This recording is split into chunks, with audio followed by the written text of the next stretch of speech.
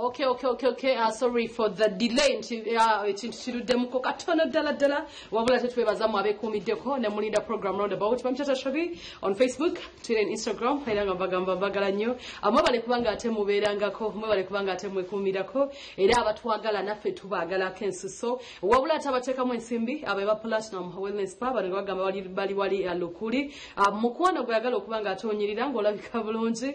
Ng'olina olususu nga ne bw'oba otaddeko ka lipstick osobola okubanga ate oyimirira n'osobola okubanga onyumirwa wettanire Platinum. Ne bazannyo abantu ab'enjawulo ddala abatuwagidde nti bw'otunuulira mwana muwala Diana n'abatanze mwana gw'olina olususu. Buli walaba kasusuke manya nti mukwano Platinum ekola ebintu webityo. Tukola facials ez'enjawulo, atukola different types of massage era ng'abantu abakyasinze okubanga batuwagira mu facial y'omu kubanda bawola Caronanto ng'okutumirako muganda wange n'abantu abalala bangi Grenade official ne bakasitoma bafe abawulira obulanga bwaffe ne mubutwala serious ne mugamba katuyitengawo tubawenga ku ssente. A big deal Musia my friend ankwebaliza ddala Shakira omuyimbi waffe ne bakasitoma bafe abali official ddala nga bano bo bagamba nze olususu lwange nina okubanga nduteeka. I wish I could actually mention all of you ne bakasitoma muli bangi nnyo ekyensuso mwebalire ddala bamikwano. Platinum ojja tukubira ku namba y'essimu 070 884 28 osobola okubanga ate obookinga session yo osobola okubanga bw'oba otuuse bwoti wakalinnya wali abaana basobola okubanga ate bakuwa masaziyo agenda okubanga atakolako bulungi ddala. Abaana bano nno bali professional kyansuso nti buli lwakuna tusobola okubanga ate buli lwakutaano tuleeta professor okuva wali Kasozi n'asomesa abaana bano omuntu bamunyiga batya omuntu nga tonnamukolako gwe nga omuntu omukozi w'omasajja omutuufu olina kubanga ate omuyisa otya tulina empisa ndowooza mulabira kunze nolwekyo twebaza batuwagira. Anyambaza olunaku olwaleero abadde Singi Collections olugoye luno lwendimu osobola oduteeka mukyalawo mu complaining nnyo mwana gwe oyambadde mini n'osobola okubanga ate osobola okubanga bw'oba omwambaza nga gwamugulidde engoye olonda ekyo ky'oba oyagala. We do door-to-door deliveries newankubadde tulina boutique eri wali e Makindi osobola okubanga ate okubira Singi Collections. Always put the numbers on social media. Fati Facebook muteekayo ne Julius Haya muteekayo. So gwagamba nti tashi ddala ku bantu abamukolako ono yamukolako obulungi genda on my Facebook, follow me up on TikTok, Facebook, Instagram, Twitter. So okubanga ate tutambulira wamu ku pesi yemu. Tutandikira mu lugambo lwa leero oba mu mawulire ga leero. Actually teterwa na lugambo kubaffe bye twogerako biba facts.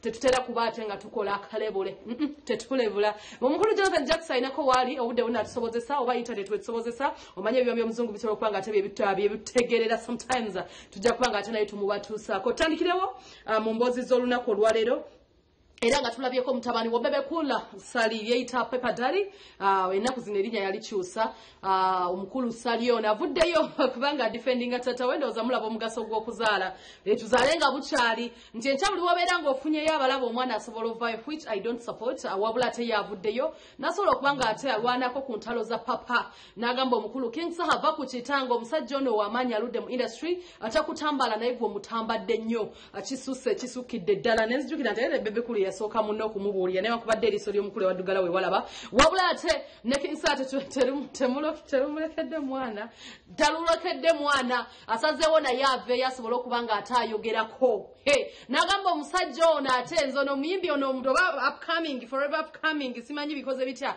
ye mutabani wa bebe kulu ne tumugamba yoyo ate ozaala wa nnyo kyogamba tumumanyi omwana owaffe ddala mutabani wa big size gw'otamanyi gwayogera bw'otyo n'atugamba oyo simumanyi n'olwekyo maybe ndi musanga once in a while naye nze talina kyaŋŋamba abananno ababiri entalo zikyatambulira ddala omwasuubiza munno okubanga takyamukubira ddala bato eya music lwansonga alemedde ku kitalo kasi tulaba olutalo between the aspiring president of Uma ne mutabani wa Bebe Kola.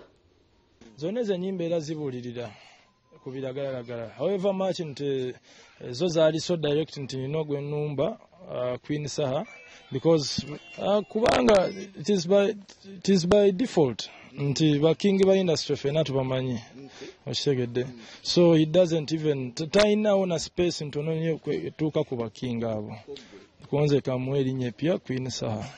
Omanyi this is caused by effect or by overuse of drugs okitegedde otandika okukola ebintu ebiri abnormal okitegedde nti olw'okozesa nnyo ebiraga otandika okuvuma abantu okitegedde nti otandika okweyisa bubi nnyo so n'ensalawo oyo nsooke muwa erinnya eppya era mu butongole ye n'amutongozza erinnya eppya Queen Saha Queen Sada. Eno sitole ya semanda leka nkonyumize semanda ulamu semanda kati yaddayo kulenga manda. Nina funtula, nina zowena, n'ennyimba nnyingi nnyo ze ngenda okuta. Bubuka muwulira naye simumanyi, mbulira mu mboozi omwo. Gwakola ki? Muyimbi. Omanyi nina akakiiko kange akampeereza music naye olwate kamumpeereza. Ebika yakona. Yakozesa tool ya music okulumba kitange. Nja tubeere so specific yalumba ani kitange. That's Bebe Cool. Osaid. Natamanta ate omusajja yakola ki alina amasasi mu kyemba. Osaid. Bino si bya flexing. No, it's music. Orange agakabirese itamiro nenjayo budde jemise. Akali bakendo kalabira ku. If you can use music to attack someone, you can imagine batobange. Bwebala bebyo interview byasiba kola bawulira batya. Bashi mujja kumpeeza ku nnyimba z'oyo mwana mpulirize. Kumpulira ba sisitegeera bulungi. Bino yaffe bya muyimbi na muyimbi tebiri mu taata gundi. Ffe tuli mu ntalo zaffe za kiyimbi. Ate gwe gambi taata gundi. They don't kati bali myaka jeji. Ate ne industry wise. Oli abadde mu over 25 years. This boy has been in the industry for ekinene n'emyaka nga 12. Osaid. Ajjawo Audacity okulumbani Bebe. Ate nze silwanirira Bebe nga Bebe mulwanirira nga kitange. Osaid. So kakalenzi kalina otutereera ne kaddamuko ku magezi. Bisigale nga bya music.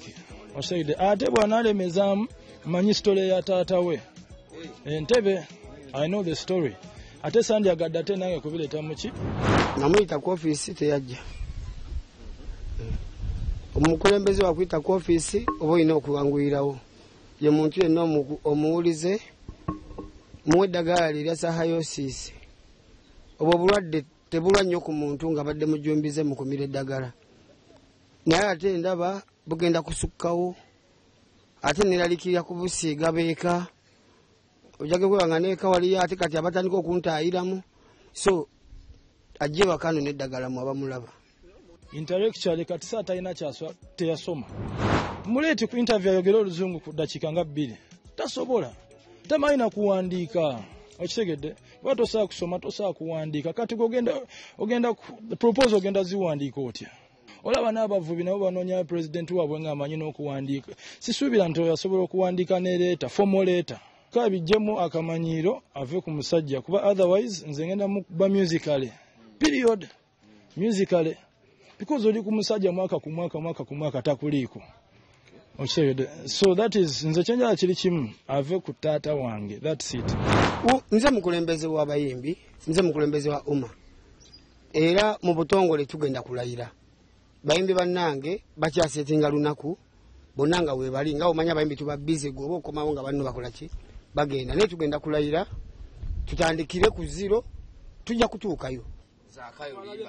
Ninda nze nkolera ku bafaani kye bansabye era bafaani we banansaba lonchi ezaakayo nga tutimbe ntimbe ffe tuli nze ndi lwedde endongo yange njina ntambula naye.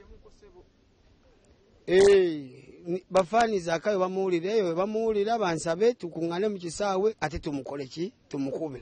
Nakafuna ennyimba 17 nga ziri mu ngoma eyo era abantu bonna mbawa olukusa era bayimbi kampite wano buli awulira nga ayagala okuyimba mu ngoma eyo nagibawadde guyimba nga weeyagala ginyumirwe nga weeyagala. Abantu bangi balinayo bazaakayo baabwe eyo engoma yiyo nagibawadde yo ridimu.